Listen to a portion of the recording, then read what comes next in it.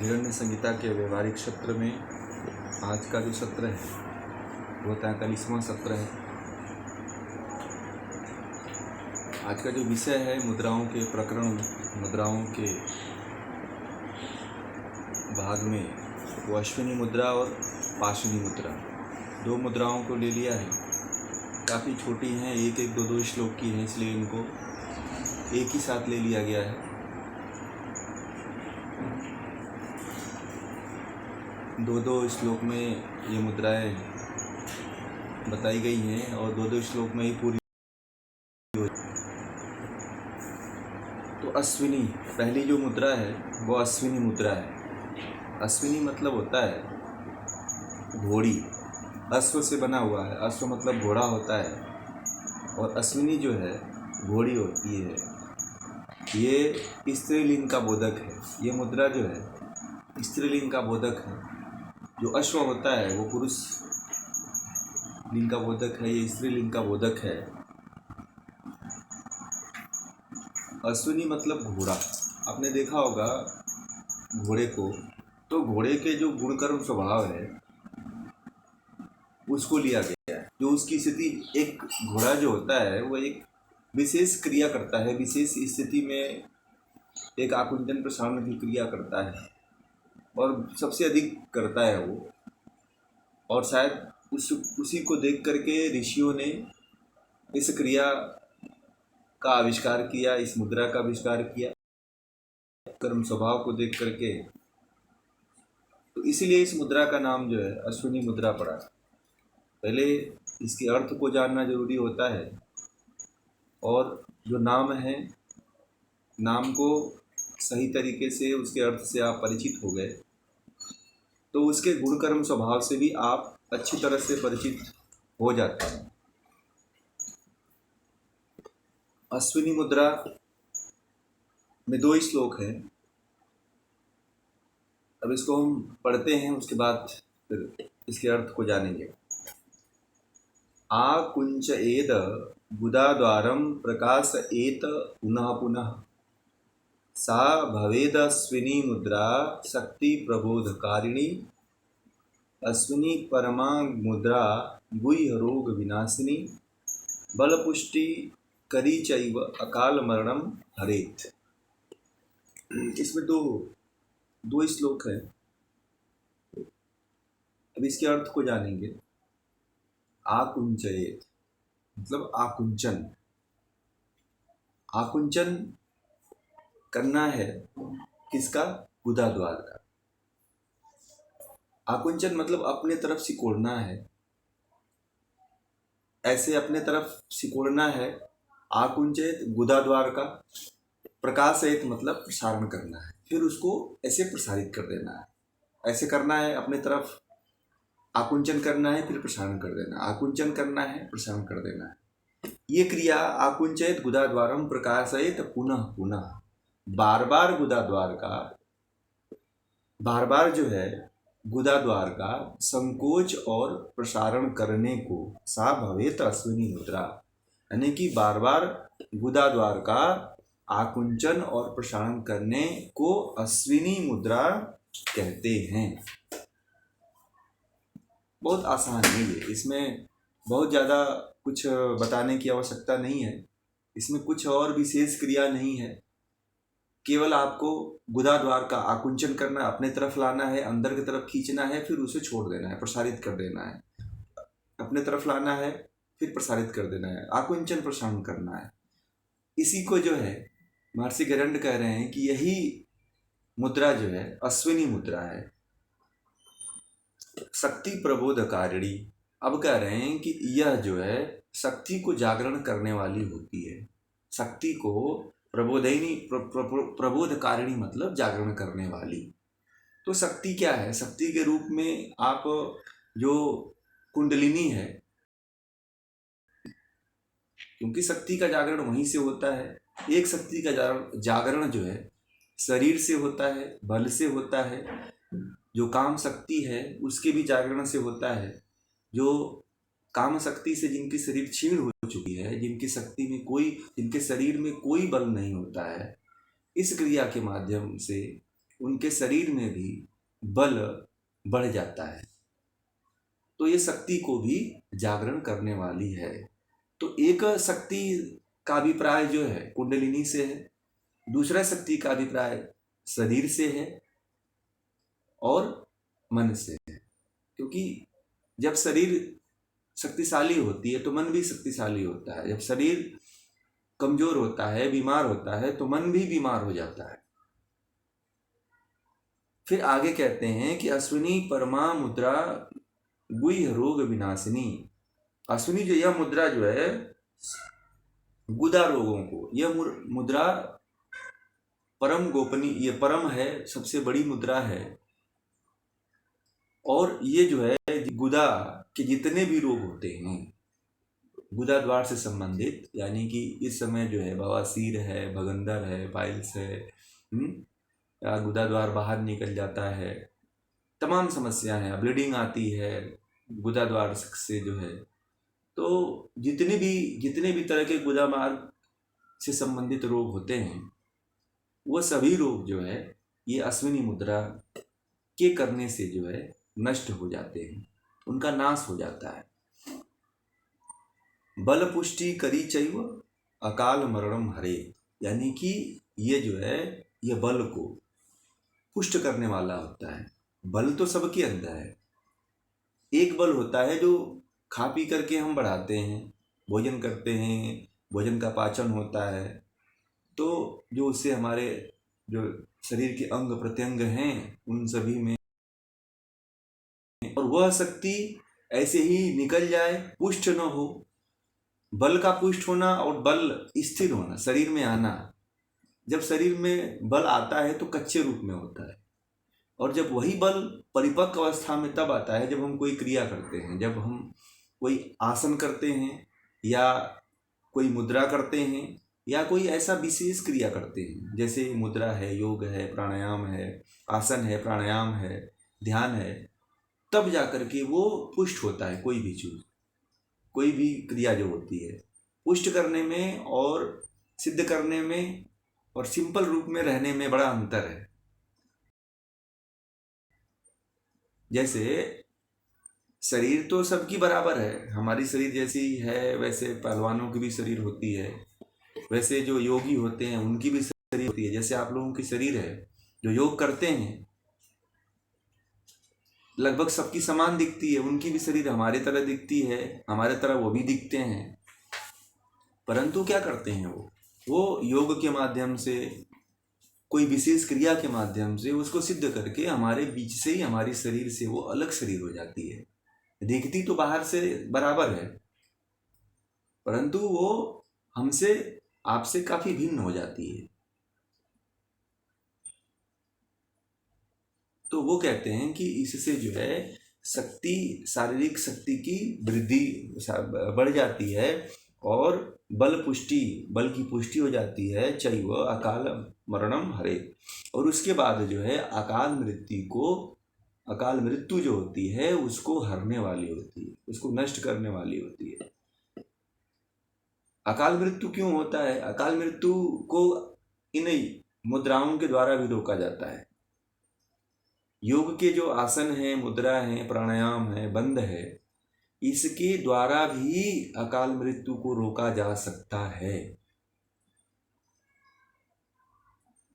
अकाल मृत्यु के लिए मैंने पीछे एक वीडियो बनाया था, अकाल मृत्यु क्यों होती है। आप YouTube पे अगर देखते हैं, हमारे ये सानिध्यम योग पे अगर जाते हैं तो उस पर पड़ा रहता है, आप उस पर देख सकते हैं कि अकाल मृत्यु का क्या कारण होता है। मैंने एक और भी वीडियो उसमें डाला है जिसमें कि क्या व्यक्ति की आयु निश्चित होती है, तो सभी लोग यही कहते हैं कि हाँ, जब व्यक्ति जन्म लेता है तो उसकी मृत्यु भी निश्चित हो जाती है। ये एकदम गलत है। ये बहुत दिनों से धारणा चली आ रही है जो लोगों को निरंकुश बना करके रखा हुआ है। और क्या बना के रखा हुआ है कि वो कर्म कोई करता ही नहीं है, वो ये कहता है कि अब तो मुझे मरना ही है, एक दिन तो मरना ही है। तो इस तरह का जो व्यक्ति है वो न जीने की इच्छा करता है, तो दोनों से वो निष्क्रिय हो जाता है, उदासीन हो जाता है। जब उदासीन हो जाता है तो किसी भी अच्छे प्रकार का, किसी भी तरह के अच्छे कर्म को नहीं कर पाता है। ये गलत धारणा जो है कि अकाल मृत्यु एक का समय सीमित होता है, ये समाज में इतने दिनों से फैल रही है और इतने दिनों से इसे फैलाया जा रहा है कि उसका परिणाम बड़ा ही भयानक देखने को मिल रहा है। क्योंकि किसी को पता नहीं है कि मृत्यु को बढ़ाया जा सकता है। पीछे आप सानिध्यम योग में यथार्थ योग ज्ञान के नाम से एक फोल्डर है, उसमें जाके देखिएगा तो आपको उसमें मैंने बहुत डिटेल से बताया है, तो आप उसको देखिए तो आपको समझ में आएगा कि अकाल मृत्यु क्यों होती है। अकाल मृत्यु को रोका जा सकता है। आपकी आयु सीमित नहीं है, आपकी आयु असीमित है। आप चाहे तो अपने आयु को बढ़ा सकते हैं। कैसे बढ़ा सकते हैं कि एक योगी जो है मरी हुई लाश में प्रवेश करके उसी लाश को जो है लंबे समय तक जीवित कर लेता है। और हम लोग जो है इस शरीर को समझते हैं कि बस इसका समय आ गया है, बस इस मरी जाएगी, अब इस पर कोई उपाय मत करो, इसको जाना ही जाना है। आप अच्छा कर्म करेंगे, जैसे ऋषियों ने बताया है, जैसा योगियों ने बताया है, उस तरह का अगर आप कर्म करते हैं तो इस शरीर को लंबे समय तक जीवित रखा जा सकता है।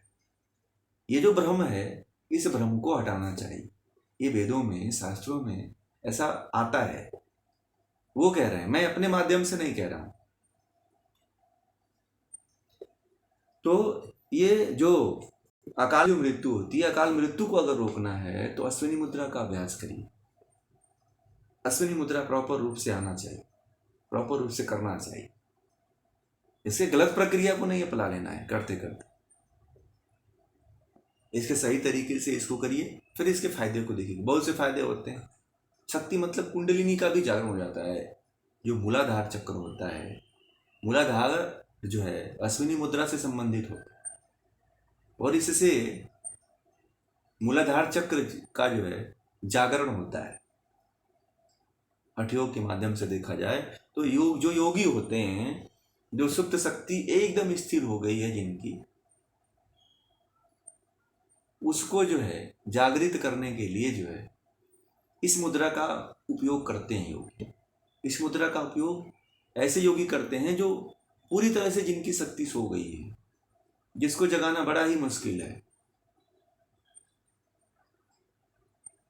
वो जो है इस मुद्रा का अभ्यास करते हैं। या जो बहुत ही ज्यादा काम प्रवृत्ति में लिप्त हो गए हैं, जो ये समझ लिए हैं कि अब तो ये मेरा स्वभाव है, यही जीवन है, खाओ पियो मौज करो वाला जो चरवाक का जो सिद्धांत जो अपने पाल रखा है, वो भी अगर इस मुद्रा का अभ्यास करता है, वह उन्नति के मार्ग पे आगे बढ़ सकता है, अपना उत्थान कर सकता है। जो ये मान लिया है कि अब तो जो होना था हो गया, हमने तो पहले से कोई सुधार नहीं किया, अब क्या सुधार करके करेंगे। तो इस तरह का जो निराशाहीन जो व्यक्ति है, जो अपने जीवन को का पतंग की डोरी तोड़ दिया है, वो फिर से अगर पकड़ करके फिर से उसमें धागा बांध करके उड़ाना चाहे तो अपने जीवन को ऊंची उड़ान दे सकता है। और वो तभी दे पाएगा जब योग के सिद्धांतों को, योग के बताए हुए नियमों को अपने जीवन में उतारता है। ये तभी संभव है, अन्यथा ये संभव नहीं हो सकता है।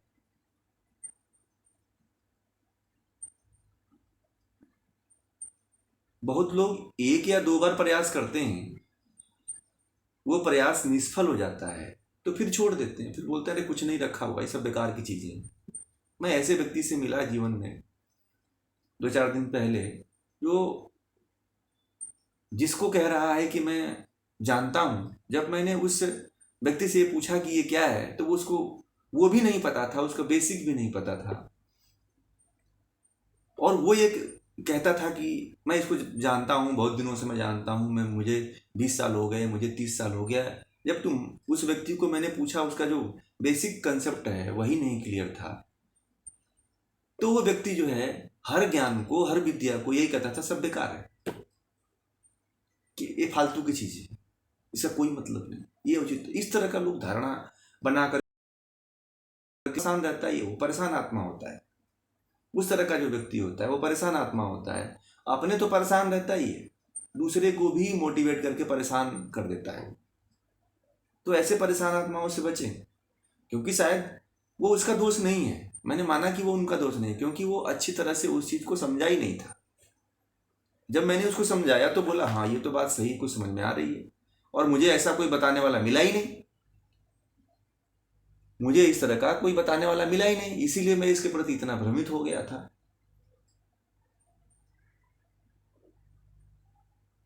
जब वो भ्रमित हो गया था तो दूसरे जगह भी लोगों को भ्रमित कर रहा था। तो कोई भी चीज है, कोई भी ज्ञान है, उसको यथार्थ रूप से जब तक आप नहीं समझेंगे, यथार्थ रूप से जब नहीं जानेंगे, तो फिर उसके बारे में भ्रामक प्रचार इधर उधर फैलाएंगे आप। तो किसी के बारे में ये समझने वाली चीज होती है कि आप उसको समझिए, उसको जानिए, तब जाकर के उसके बारे में निर्णय आप लीजिए कि क्या सही है क्या गलत है। भ्रांति के चक्कर में मत फैलिए। जो भी ज्ञान है ऋषियों का उसको समझ करके, उसको करके तब आगे बढ़िए। अब जो है पासिनी मुद्रा है। पास, पास मतलब होता है ना, कहते हैं ना, पास मतलब क्या होता है, एक तरह से बंधन होता है। पास मतलब क्या होता है, पास का अर्थ होता है बांधना या बंधन। जैसे पास का एक आशय और आप लोग लगा सकते हैं कि जैसे भगवान राम जो है, जब राम और रावण का युद्ध हो रहा था तो उस समय जो अहिरावण था उसने भगवान राम को और लक्ष्मण को जो है नाग पास में बांध लिया था। तो एक ऐसा पास है कि नाग की तरह, जैसे नाग लपेट लेता है या कोई अजगर जो होता है उसके चपेट में आप चले गए, अगर वो आपको जकड़ लेता है तो वही पास होता है। या रस्सी से आपको बांध दिया जाए तो वो पास होता है। तो उसका जो आशय है, तो यहीं से जो है पासिनी यानी कि बंधन, यानी कि बांधनी, आपको पूरा बांध लेना है।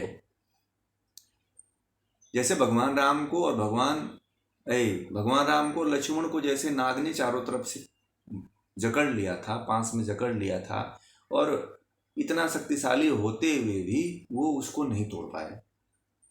फिर जो है गरुड़ जी को बुलाना पड़ा, गरुड़ जी आकर के फिर उसको उस नागपास को तोड़ते हैं। तो ऐसे ही हमारे जीवन में भी कुछ ऐसी मुद्राएं हम योगियों ने बनाया है हमारे लिए, हमको मोक्ष के मार्ग पे जाने के लिए।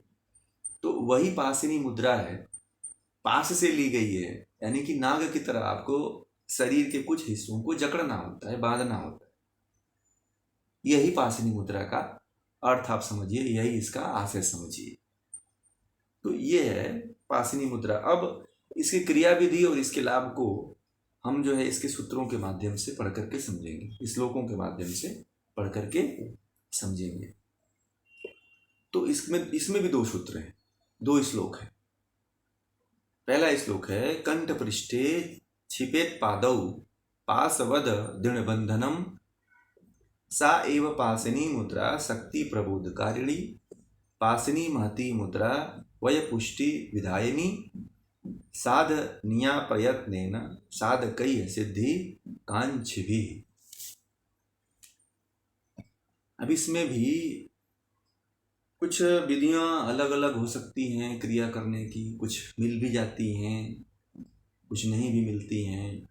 कैसे करें, प्रश्न यही सभी के मन में उठा करता है कि श्लोक के माध्यम से तो कुछ और बताता है, और जो हम पुस्तकें पढ़ते हैं उन पुस्तकों में जो चित्र होते हैं मुद्राओं के वो अलग होते हैं। तो थोड़ी थोड़ी भिन्नता आपको रहेगी, कहीं पे एक रूपता रहेगी, कहीं पे समानता रहेगी, क्योंकि मूल प्रति और मूल जो है शायद काफ़ी बहुत कुछ इसमें बिखराव है, जोड़ने की आवश्यकता इसमें भी है, शोध की आवश्यकता इसमें है। जब तक पांडुलिपियाँ नहीं मिलती हैं तब तक ये थोड़ी थोड़ी समस्याएं बनी रहती हैं। तो इसके अर्थ को समझेंगे। कंठ पृष्ठे, अब इसमें क्या करना है हमको, लोग कह रहे हैं कि कंठ के जो पीछे वाला भाग है, छिपेत पादों, दोनों पाद से कंठ के जो पीछे वाला भाग है उसको क्या करना है, पास पद में उसे बांध लेना है। कंठ पृष्ठे छिपेत पादौ यानी कि पैर के द्वारा वाले जो पीछे का, जो पीछे से उसे पैर से जो है बांध लेना है। दृढ़ बंधन मतलब दृढ़ता पूर्वक उसे बांध लेना है। तो देखिए इसमें जो है हम बैठ करके इसको पैर से नहीं बांध सकते हैं कंठ को, तो एक ही इसमें क्रिया आती है कि या तो हम पूर्ण आलासन में चले जाएं, पूर्ण आलासन में पैरों के द्वारा ही इसे बांधा जा सकता है। बाकी अगर हम हाथ से करें तो हाथ की तो इसमें बात कह नहीं रहे, सीधे पैर को कह रहे हैं। तो पैर से कोई कंठ वाले भाग को नहीं, ये जो कंठ पृष्ठ, कंठ का जो पीछे वाला भाग है उसको, जो पीछे वाला भाग को नहीं बांधा सकता, यानी कान वाला जो भाग है, कंठ वाला, कंठ के पीछे वाले भाग, गर्दन को कह सकते हैं, उसके ऊपर कान वाला भाग है उसको कह सकते हैं।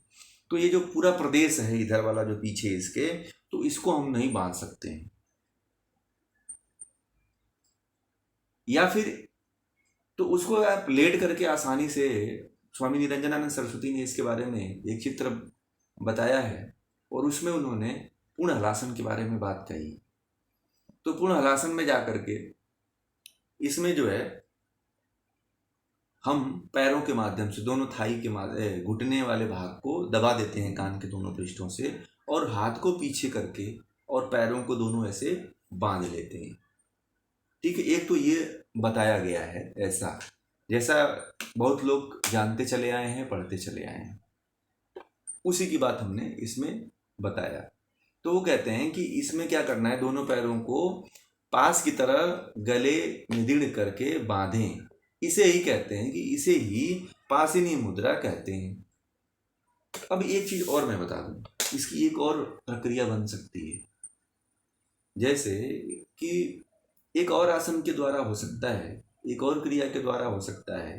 तो इन्होंने केवल कंठ पृष्ठे छिपेत पादो, कंठ के पीछे जो है पैर को चढ़ा दीजिए बैठे बैठे, मगर वो भी संभव नहीं, अच्छी तरह से नहीं हो पाता है और सभी लोग लगभग इसको, उस क्रिया को नहीं कर पाते हैं। तो जो गर्भासन की जो स्थिति बनती है, जो सुप्त गर्भासन की स्थिति बनती है, तो उसमें सभी लोग नहीं कर पाएंगे। बाकी ये जो हलासन की, जो पूर्ण हलासन की स्थिति है, इसमें सभी लोग कर पाएंगे और इसको करने में बहुत आसानी भी है, इसको करने में बड़ा ही आसानी भी है। लगभग मुझे लगता है कि सभी लोग जो है कर ही लेते हैं इसको, पूर्ण हलासन को, चाहे मोटा व्यक्ति हो तो, चाहे पतला व्यक्ति हो तो कर ही लेता है उसको। और कंठ के पीछे जो है, कंठ के पृष्ठभाग में दोनों थाई लग जाता है, कंठ के साइड में दोनों लग जाता है, और हाथ को हम दोनों थाई से ऐसे बांध लेते हैं, हाथ से दोनों थाई को। तो ये पासनी यानी कि बंधन एक बंध जाता है, इस तरह से भी ये क्रिया पूरी हो जाती है।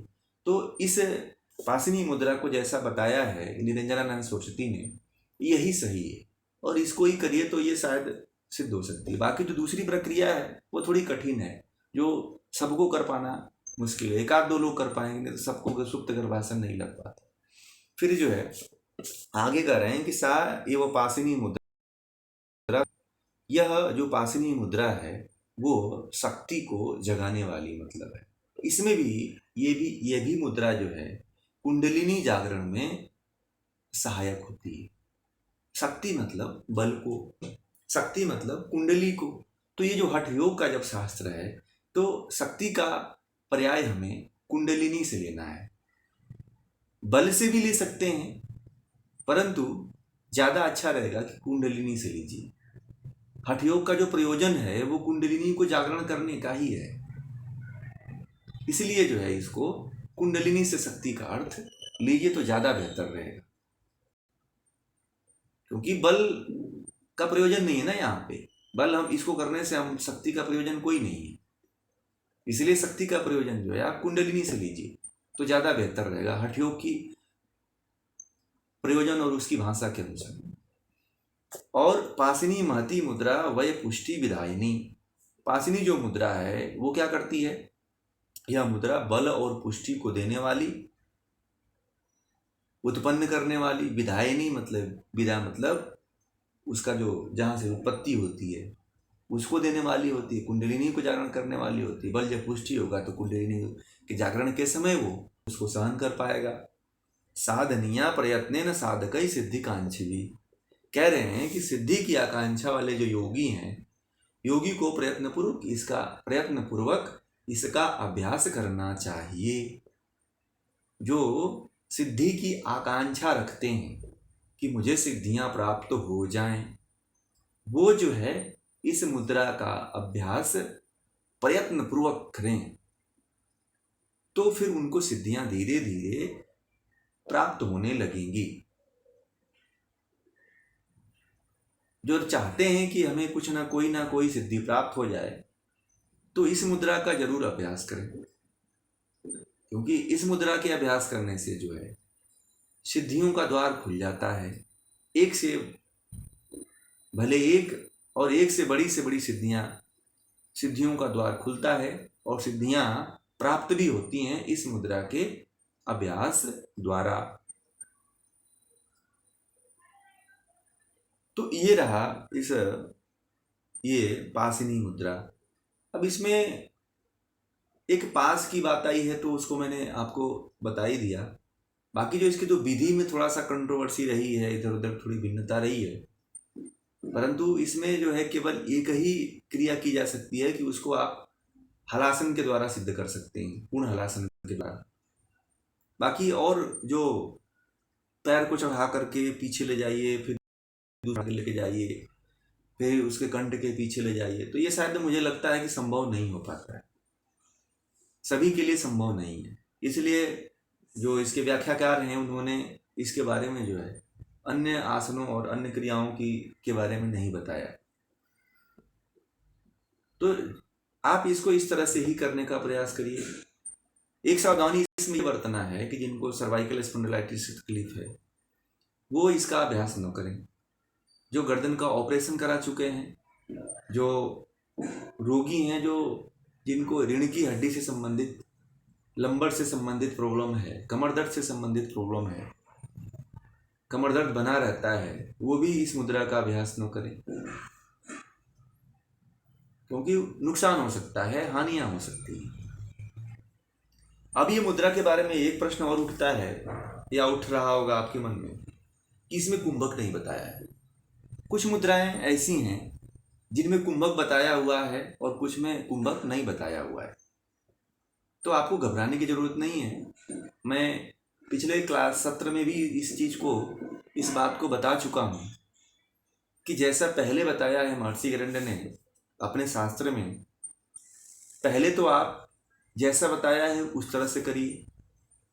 नहीं होता है इस तरह से, तब आप जो है कुंभक का अभ्यास करिए। कुंभक का अभ्यास आंतरिक कुंभक लगा करके या बाह्य कुंभक लगा करके बंधों का उपयोग करते हुए ही मुद्राओं का अभ्यास करना है, ये भी ध्यान रखना है।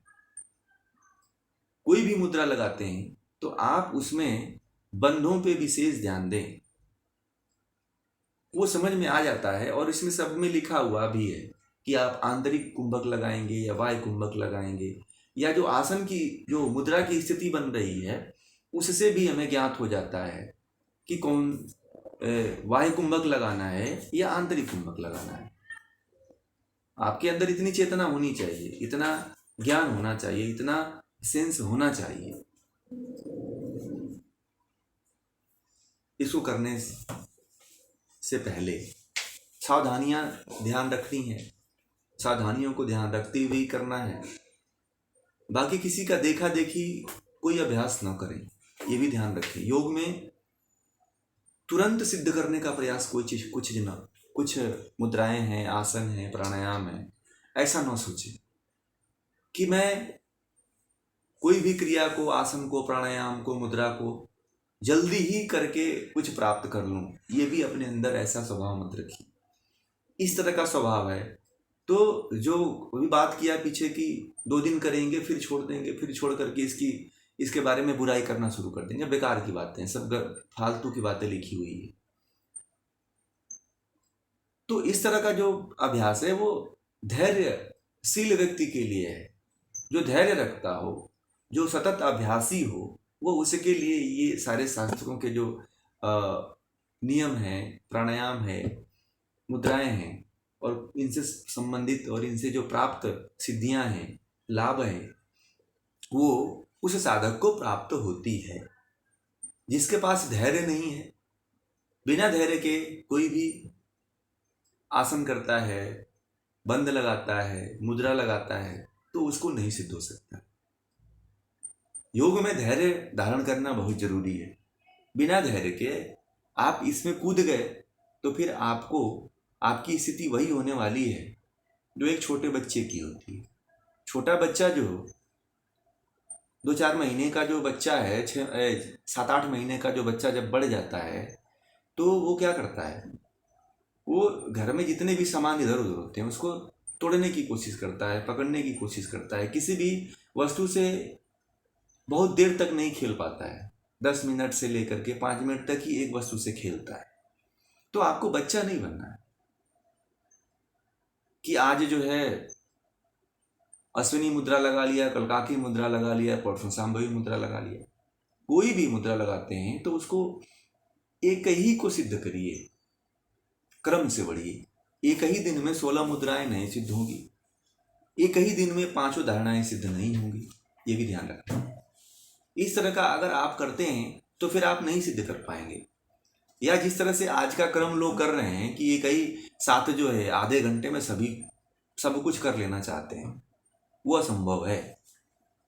जो स्वास्थ्य की दृष्टि से देखा जाए, शरीर की दृष्टि से देखा जाए तो केवल व्यायाम हो सकता है, ये व्यायाम के रूप में हो सकता है। और इसको व्यायाम ही जो 1 घंटे में 25 तरह के आसन और 25 तरह का प्राणायाम जो कर लेते हैं, वो केवल आसन करते हैं और श्वास प्रश्वास की क्रिया करते हैं, वो वास्तव में योग नहीं करते हैं। और अब आप लोगों को ये भी बता दूं कि हम और आप जो है जो योग करते हैं, जिसको मानते हैं कि हम योग करते हैं, वो योग है ही नहीं, वो केवल व्यायाम है।